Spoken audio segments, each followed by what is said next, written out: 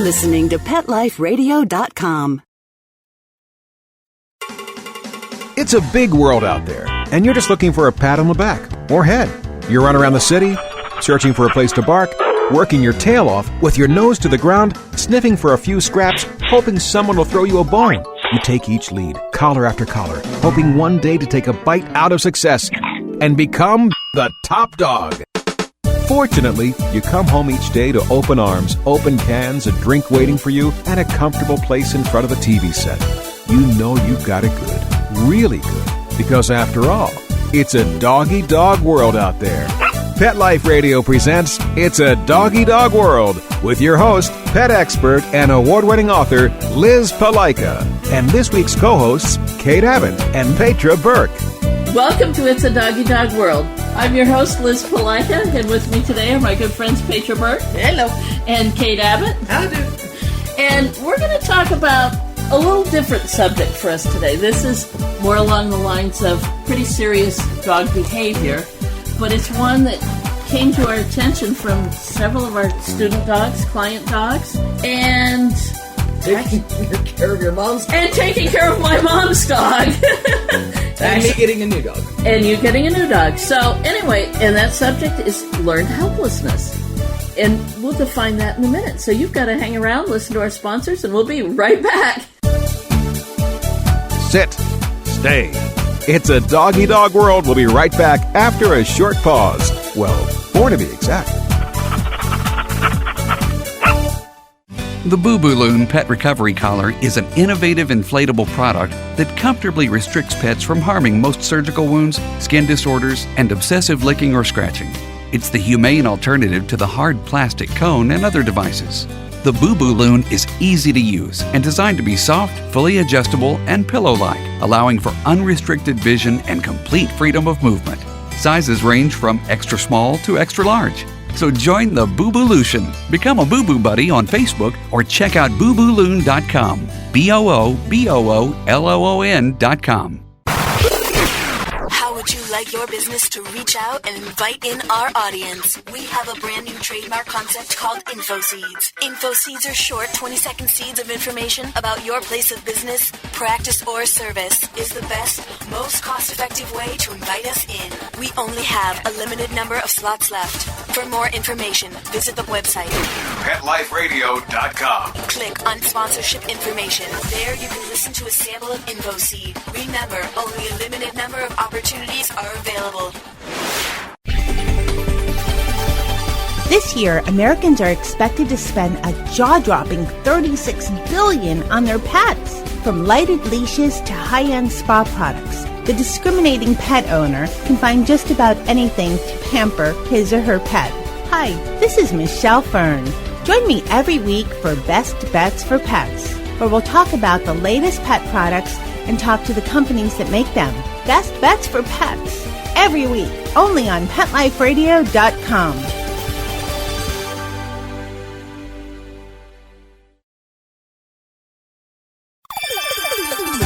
Let's talk pets on PetLifeRadio.com. We know you're begging for more. So back to It's a Doggy Dog World with your fetching hosts, Liz Palaika, and this week's co-hosts, Kate Abbott and Petra Burke. Welcome back to It's a Doggy Dog World. Today, Petra, Kate, and I are talking about learned helplessness. And before we go on to examples, I went through my bookshelf, which really takes a lot of doing because there's so many books on it, and pulled up one of my favorite behavioral books, Animal Learning and Cognition by Charles F. Flaherty. And this book's been around for a number of years, but it's still a very educational book, and I refer to it every once in a while. But the definition of learned helplessness is, according to Dr. Flaherty, learned helplessness means that animals have a deficiency in learning that their behavior may influence the environment. So they don't learn how to control what's going on around them, right, and therefore even themselves. Right. So Kate and I started talking about this a few weeks ago. My mom had to make a trip, and so I, being the good daughter, said that I would take care of her 3-year-old cockapoo, Ginger. Now, Ginger's a wonderful dog for my mom. She's happy. She's energetic. She makes sure my mom goes out for a walk every day. And for my mom, she's a wonderful pet. But coming over to my household with 3 Australian Shepherds and my significantly higher expectations of my dogs, Ginger was lost. And now it's not like she didn't know us. She knows me. She knows my dog. She stayed with me before. But Ginger's learned helplessness prevents her from making a choice in her actions. So rather than thinking about doing something or consequences of doing things, she just basically spins in circles and cries. Wags her tail and uses really big brown eyes so that somebody will come save her. So that somebody will make a choice for her rather than make her make a choice. Well, unless it was something safety related, I refused to make choices for her. And the first couple days, she would eat, hang out around her crate with the door propped open. She would go outside to relieve herself. And that's about all she did. She just wasn't capable of doing anything else. After she'd been with me about 3 days, I think she was getting bored, silly, because I wasn't going to go back and get her and drag her out and throw the ball for her. It was like, if you want me to throw the ball, you come out here to me and then I'll throw the ball. Better yet, you bring me the ball and then I'll throw it for you. But after about 3 days, she started venturing out and going, okay, I'm bored. How do I make something happen? And she started following my 14-month-old puppy, Cisco. And Cisco makes lots of choices. He thinks lots. In fact, sometimes he thinks too much. But she started following him, and pretty soon she was bringing me a toy. And I'd throw it for her, and she was ecstatically happy. But it was a long process, and at the end of the week, she still was only at the very beginning process of realizing she could make a choice. And it's fun. And a low activity level is part of this learned helplessness and may have a correlation with depression in humans. Yeah. Studies still to be done on that. But yeah, if you don't think anything you can do matters, then why try? And it can become a self-fulfilling prophecy as well. We see it in small forms in our classes. I saw it in this new puppy dog. Now, a Jack Russell Terrier at 7 months is not inactive. No. That was not the issue. The issue for him was problem solving. So I presented him. I wanted to keep him busy, keep him tired, and work his brain. So I presented him with a ball with treats on the inside with one hole. So he had to knock it around to get the treats to come out. So he watched me putting the treats, the kibble in there, and he got all very excited, and I put it down on the ground, and he sniffed it and got very excited and then looked at me. Flip it over, Mom. Where'd they go? What's going to happen next? And having 7 years since Walter was a puppy, when he would have, chewed through it, he would have knocked it, he would have gotten a hammer to break it open, he would have found some way to solve the problem. My mouth fell open. I was just astounded that... And that's, he wasn't abused. He was probably treated very, very nicely. But that's it. He was given everything. So, oh, good, she's getting treats ready for me. Oh, great, yes, they're going into that thing. Now, how do I get them out? Somebody do it for me. Right. I think, just because I knew a little bit where he came from, he was also with older dogs, so they did it, and he just got the reward for it. So I'll just stand here and let you do it, and then I'll just reap the rewards. Right. But not learn how to do anything. Himself. Yeah. Or if he tried to do it, the older dogs may have knocked him back down. Right. So he just never had his own initiative. Yeah. So that won't do. So like you with Ginger, I undertook teaching him. So first I made a different kind of puzzle, one where he could see the kibble was inside. So I took a water bottle and took the cap off, put the kibble in there, and put it down. Oh, that was all very interesting. And yes, he knew it was in there. But, still wasn't obvious. Okay, so I cut the top off of the bottle. So, the slightest of nudges, and he got a kibble out. Aha! Okay, he was onto something. But I think it was that first step of, if I actually get involved with this, something happens. He got the idea of controlling it. so that the next time I did it, I didn't have to cut the top off. He nosed it around. And we've worked our way up to progressively harder puzzles. And now each morning he waits. Oh, cool. And as soon as I put the thing down, he's hitting it with his foot, he's nosing it with his muzzle, he's trying to figure out some way to get the treat dispenser to give it up. Mm-hmm. We're working up to harder puzzles. I think problem solving gives an animal, whether it's dog or human, a lot of confidence. Sure. The confidence and the understanding that, again, to go back to choices. We see it in the dog training, the dog that's given the choice, you can do this or you can do this, and they just freeze. They just absolutely freeze. And sometimes just look at their owner saying, tell me what to do. But if we think about in the real world, the importance of the dog making a choice, do you trot over the top of a rattlesnake? Do you jump in the swift-flowing creek, even if the ball's in it or not? Do you go through the brambles or do you go around the brambles? Choices are important. Do you run out in the street or do you follow your training and stay on the curb? When a dog is overprotected or mishandled and he doesn't learn how to make a choice, how to solve a problem, that can literally be life-threatening. Some problems need to be solved by the individual. Right. So it can be either too much, I don't want to say coddling, but too good a life. Mm-hmm. Another example is a collie I've been working with.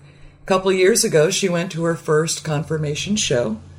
Well, and let's preface this, that she's from a very good breeder, very loved dog, well cared for. With a pack of very well-loved, well-behaved dogs. And, everything has been wonderful in her life. Did they practice conformation? Yes. In a calm situation with people that she knew.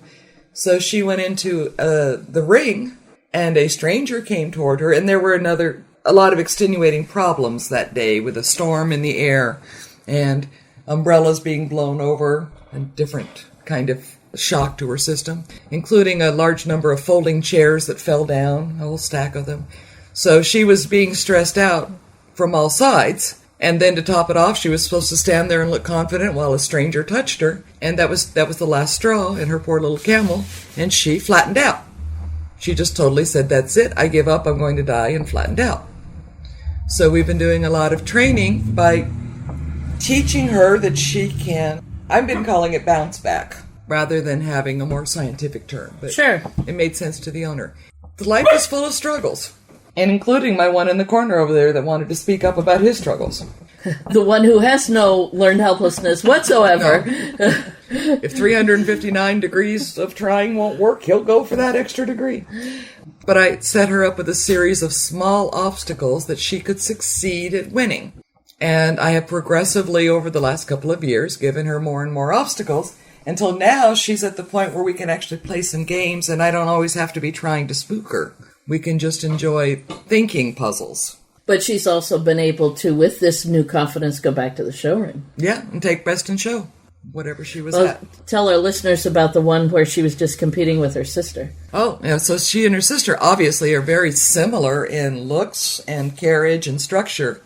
And the judge told the owner-breeder afterwards, and handler afterwards, he says, I wasn't quite sure which one to pick because they are both wonderful dogs. They both move well, and they look so much alike. But this one over here, pointing to the one that I've been working with, she just had that little extra bit of confidence in the way she held herself. So Mom was thrilled. And Mom so was Kate. Yeah, exactly. We had a great big party for the girl afterwards. So it can, if it's being helpless is learned. It can be unlearned. It can be unlearned or supplanted with other learning. Yeah. And that's what I've been trying to teach. Now, on the other hand, in my puppy classes, most of these puppies, they're only a few months in the world. They have not experienced a whole lot of stress yet, other than the primal stress of being birthed. But anyway, and one of the things I'm after my puppy owners to do is to get out with their puppies and let them experience a little bit of the world, not to the point where they shut down, but to a little bit of stress, and then help them recover from it. Okay, let's focus on stress.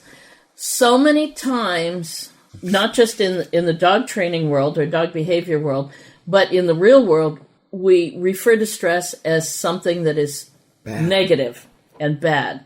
Too much stress, obviously, can be bad. It can lead in people, it can lead to high blood pressure and who knows what all else. But a little bit of stress, and stress that can be overcome, can be strengthening. Ask bodybuilders. Sure. That's the essence of bodybuilding, is you stress the muscles to tiny little tears so that it rebuilds stronger and bigger and better. And mentally it's the same way. If we didn't have any mental stress, we would remain infants. We would never learn. We would never suffer the consequences and learn to do new things. And so manageable stress in our dogs is the same thing. Well, we demonstrate it a lot in front of class. Sure. Yeah. You know, when we see the dog and you see the reaction, there's a little stress, but they're learning from it. And before you know it, we do the exercise again, boom, dog's got it. Back to Dr. Flaherty again.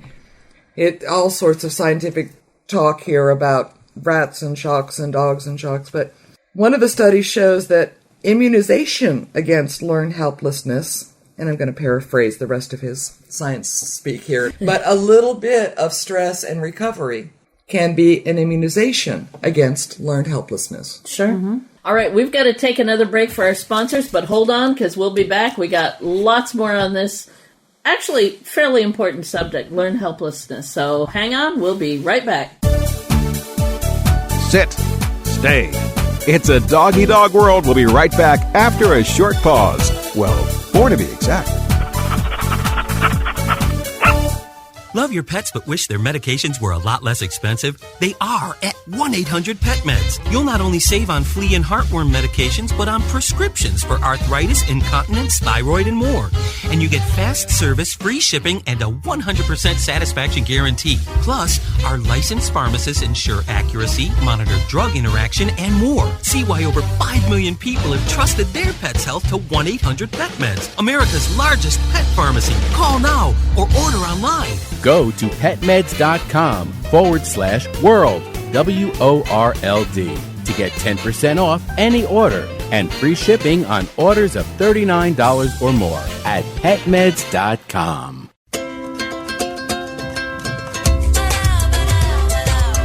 At Petco, we really love pets. There isn't anything we won't do to make sure they're getting the best products and the best care.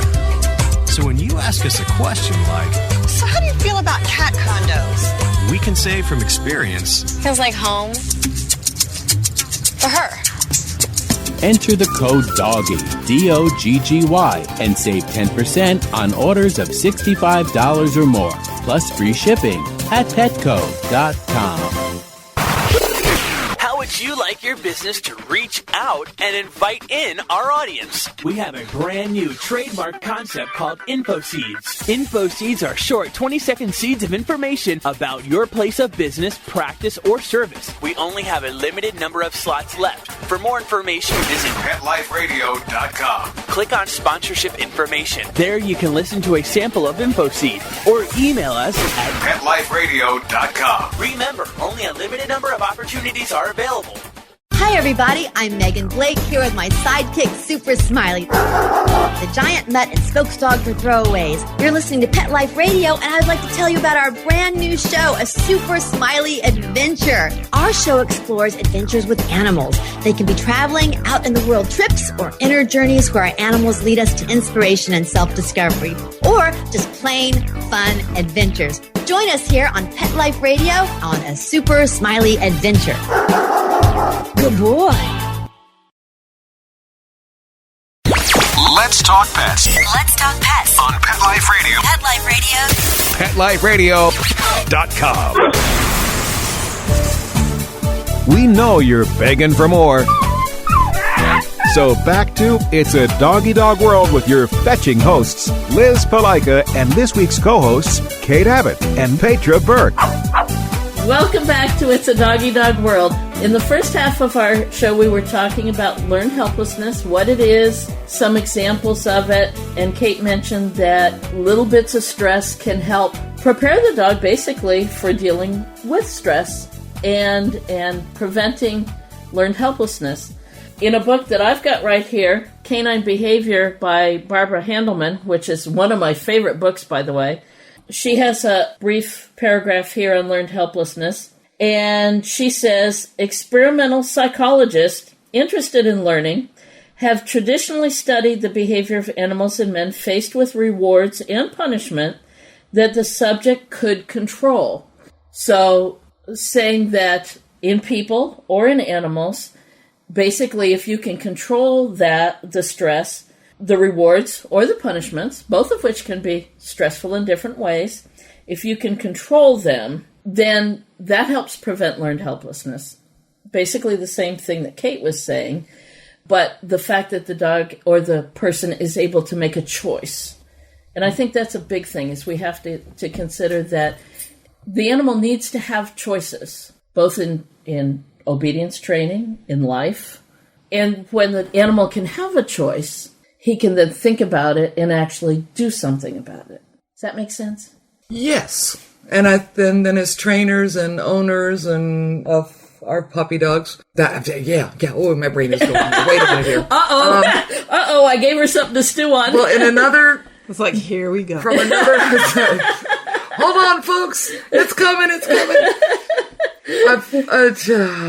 Seatbelts on. If you just do it, if you just always shape the dog.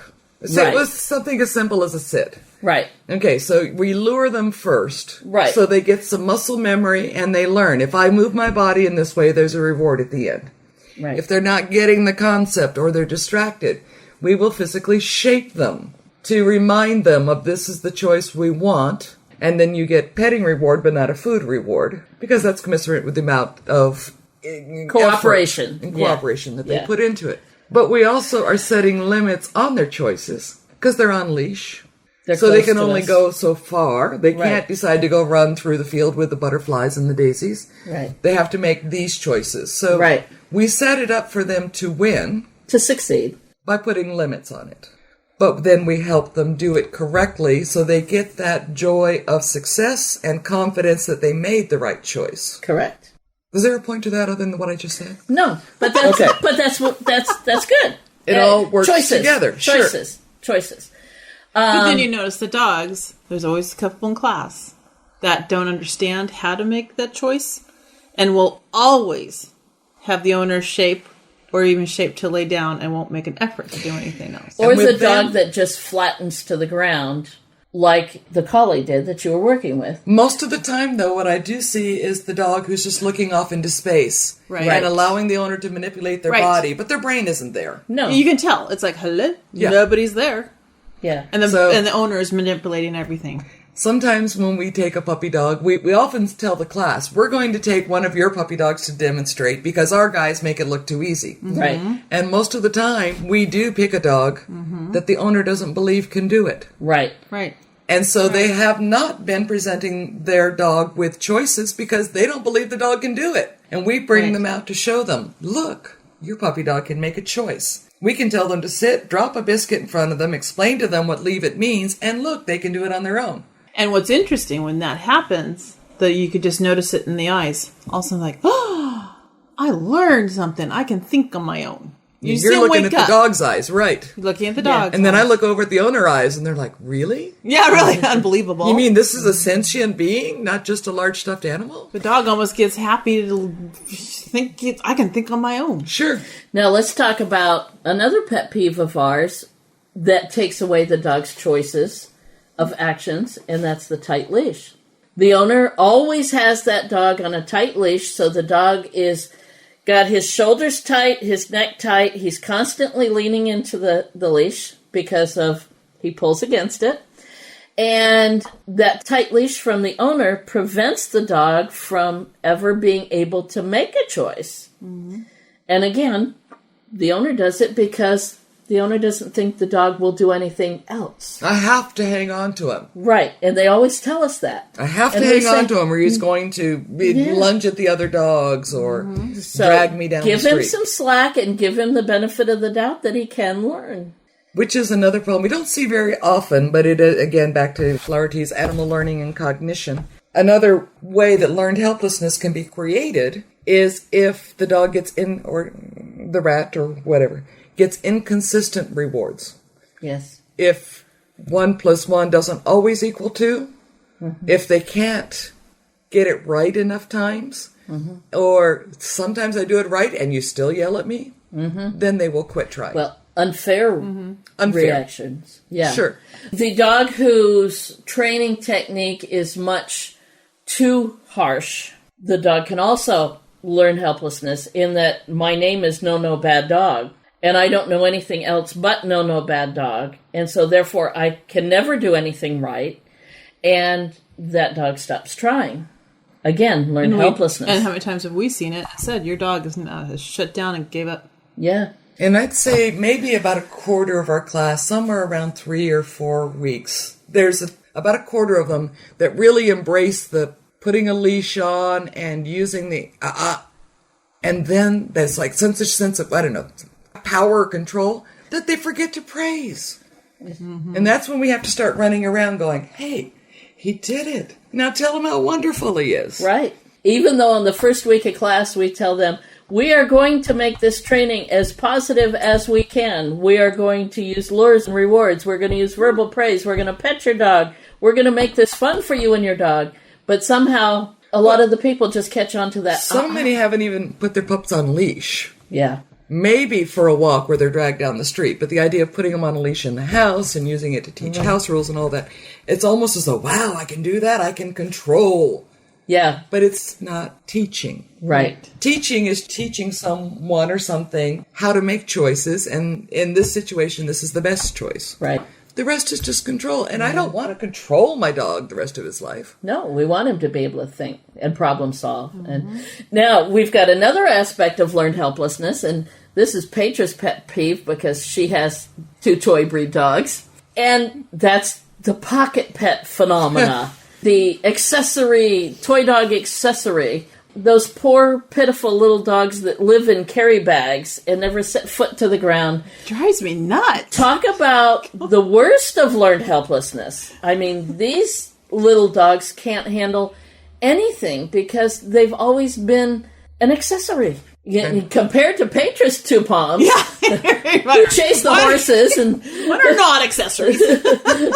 And let's hold up Pixie, all 3 pounds 6 ounces of Maltese. Yeah, I think her mom would probably like her to be accessories, but she's not. She is not. Little Pixie will not. As a matter of fact, last week her mom was in a traffic accident, totaled the car. Now she's okay, and so is Pixie. But apparently when the paramedics got there and pried open the door, the first thing they were met with was this 3 pound 6 ounce Maltese going, who are you? Are you going to be nice to my mom? All right, then fine. But she was going to speak up. And, but then was also made the choice to calm down and say, oh, okay, mom said it's all right for you guys to come in. And did. And she's a therapy dog and she goes out and makes choices daily. But I will say the training process to get Pixie to therapy dog was hard and certification was very hard. It was a long process for her and mom. It was. But part of that was because her mom is a very strong, independent woman, and she wanted a strong, independent little dog, and she got it. That's what she did. Be careful what you ask for. Yeah, you get what you wish for. So the little pocket pets, I think the best advice we can give for those is put them down on the ground, leash them, let them walk on. Get them out of the purse or the carry bag and let them be a dog. They're a dog. They're a smaller version, but they're a dog. And dogs are wonderful. Let them be that wonderful thing they were born to be. Yeah. We have some that come into training class, and unfortunately when we get a pocket pet into training class, it's usually because something has gone really, really, really wrong. Either the dog's 3 years old and biting people, or he's 2 years old and still not house trained. And by then, it's a rough road. It's tough for dog and owner. And it's hard to change. And the first thing we tell them is put that dog on the ground and let her walk. First clue in the first class is how many times they're put on the ground. Or do they spend the entire class in the laps or arms? Right. Mm-hmm. And then by the time we get to the lay down, it's, well, she'll do it at home, but the grass is wet here. Or the ones who bring a blankie for them to lay on. And in that case, I'm not sure who has the learned helplessness, the dog or the owner. They just feed on each other. Yes. A dog who doesn't want to sit down on grass. That's just wrong. Well, or sniff the grass, or roll in the grass, or we had one in a recent class who said, my dog never sees grass. How sad. How sad. Yeah. And it doesn't, even if they're the size of a hamster, I don't care. They're still a dog. Yes, yes. Yeah. Give them that respect. I agree. Yeah. There you go. And we'll send Pixie and Keely after anybody who dares to say otherwise. So, how could our listeners determine whether their dog is suffering from learned helplessness? You know, every so often these tests of how to find out how smart your dog are go around on the internet. Oh, yeah. And a lot of it is testing helplessness. Throw a towel over your dog, and how many seconds does it take for him to get out from underneath But the problem is if the towel's on your dog's head and you giggle, and your dog, like my puppy Cisco, says, I made Mom laugh. Okay, let's do that some more. Right. He's very bright, but he was reacting to me giggling. That was a bigger reward than getting his head out from underneath it. Yeah. He paraded around with that on his head for 2 or 3 minutes while I laughed hysterically. How do I judge Walter? I threw a towel over him. He went, oh, this feels so good. He proceeded to roll himself in it and then roll around on his back, and he just enjoyed the entire moment. He didn't care to get out from underneath. Yeah, when Cisco got out, he brought me the towel and wanted me to do it again. Yeah. And then about 2 days later, grabbed the blanket out of his crate and drug it down the hallway to the living room and gave it to me. Here, Mom, let's play.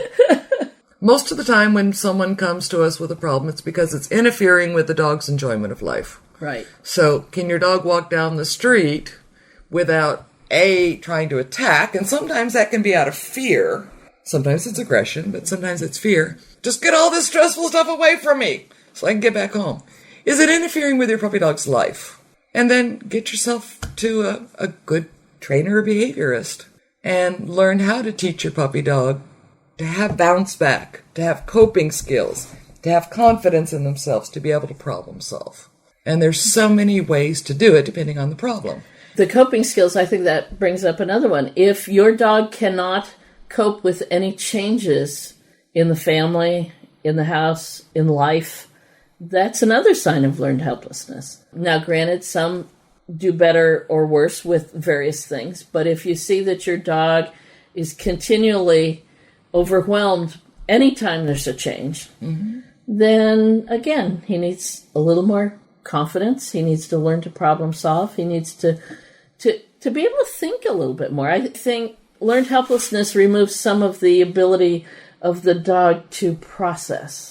I'm thinking back to last week's puppy play period, too. The shepherd that came in, now only 12 weeks of age. So this puppy dog has not had enough experience on life to decide one thing or the other about helplessness. But she walked in and was a little concerned. And Mom felt so bad for her. She immediately started teaching her learned helplessness. Hugging her, petting her, reassuring her. Another puppy came running over to say hi, and before her dog had a chance to decide if she liked it or not, Mom said, oh, it's okay, she's not going to bother you, and pushed the other puppy away. So she was making her socialization exercise. Mom was making herself feel better because she thought she was saving her puppy. Right. And I had to take puppy away from her and sit her down to the side and explain, no, your puppy needs this. Probably more so than the others. You're not helping her a bit by trapping her in her fear. And a helpless German Shepherd is a very, very sad thing. Yes. And a potentially dangerous thing. Yes. Not happy. No. And if her ultimate goal is to have her dog happy. Yeah. Not comfortable in her own skin. Yeah. And that was my in with the puppy's mom. Yeah. Is to say, you want her to be happy, right? Yeah. Okay. What you're doing right now, look at her tail down, look at her ears down, look at her body, all of that. Okay, now let me put her over here and jolly her up a bit and let another puppy come over. I walked back to Mom and said, okay, she is now going from, curious to, I'm not so sure. But look at the curious. We're getting more of that. She's now starting to, she was going around the edge of the party, but she was moving. Yeah, she was exploring. She wasn't actively playing yet. But she was thinking and moving and exploring the training yard. And one of the first signs of this learned helplessness is inactivity. Right. And Mom was fostering that and praising it. Yep. So look at yourself. Look at your own motivations as a puppy dog owner. Do you want to feel better by petting on your puppy dog for your own fears? Which you've seen that happen. Oh, yeah. Using a dog as a worry stone. Okay, now I've never thought of it like that. You remember worry stones and worry beads? Yeah. People used to and on that note, I think we're going to call it quits. Listeners, we'll see you next time. Bye-bye. Bye-bye. Having a rough day? Longing for the dog days of summer? Think your fun furry friend lives a dog's life? Well, find out everything you're begging to know as Pet Life Radio presents It's a Doggy Dog World with pet expert and award-winning author Liz Palaika. Every dog has his day, and you'll find out how to make your dog's day fun and rewarding. Every week, on demand, only on PetLifeRadio.com.